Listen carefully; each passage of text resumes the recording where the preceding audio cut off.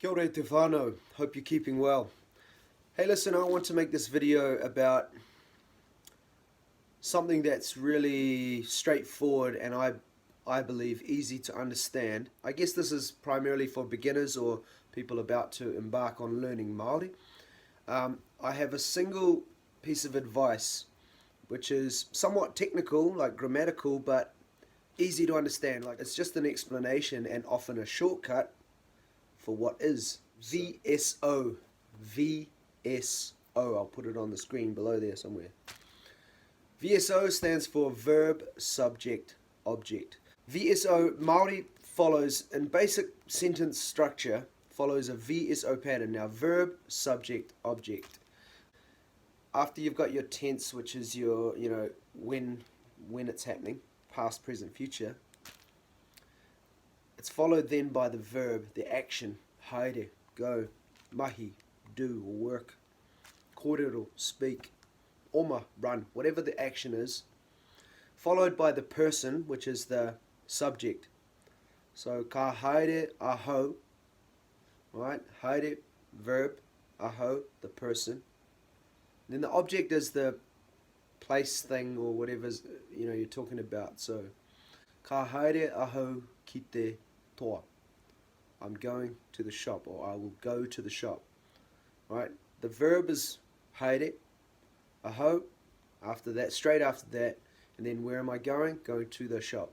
So verb, subject, object. Now, that is the basic sentence structure of Māori. Alright? Now, yes, a bit of a disclaimer. There are such things as passive speaking and more complicated or technical, higher level ways of speaking and ways of saying things. Yes, it's true.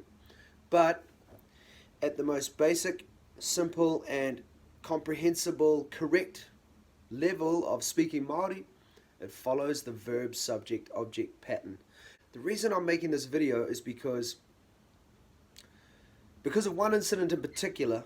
The incident that made me want to make this video was that I said that to a good friend of mine who has been on and off learning Māori for several years, on and off meaning his level of commitment's inconsistent. So, he hasn't spent years learning Māori, he's just attempted to learn Māori at different times over the years.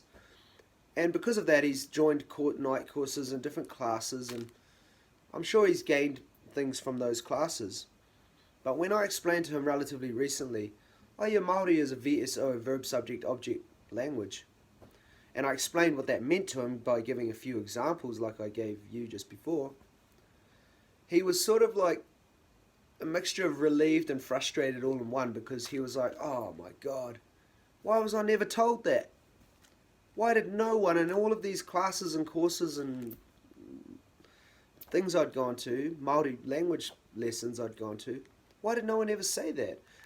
If someone had told me that, I would have, understood that. It makes sense to me. The point is, there is a construction pattern. VSO, verb, subject, object. All languages have structure and they're constructed in certain ways. Like I say, at the most basic foundational level.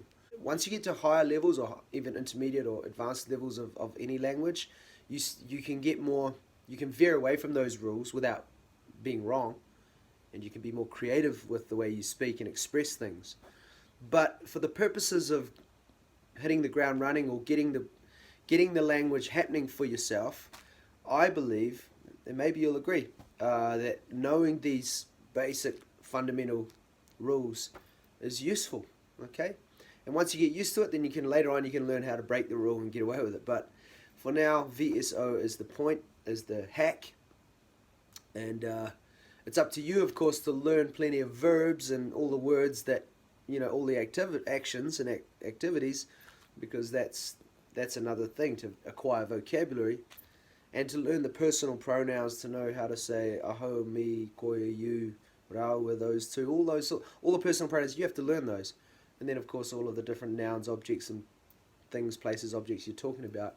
That's just vocabulary. But how to order things, just remember VSO. Kia ora, mauri ora kia tātou, good luck.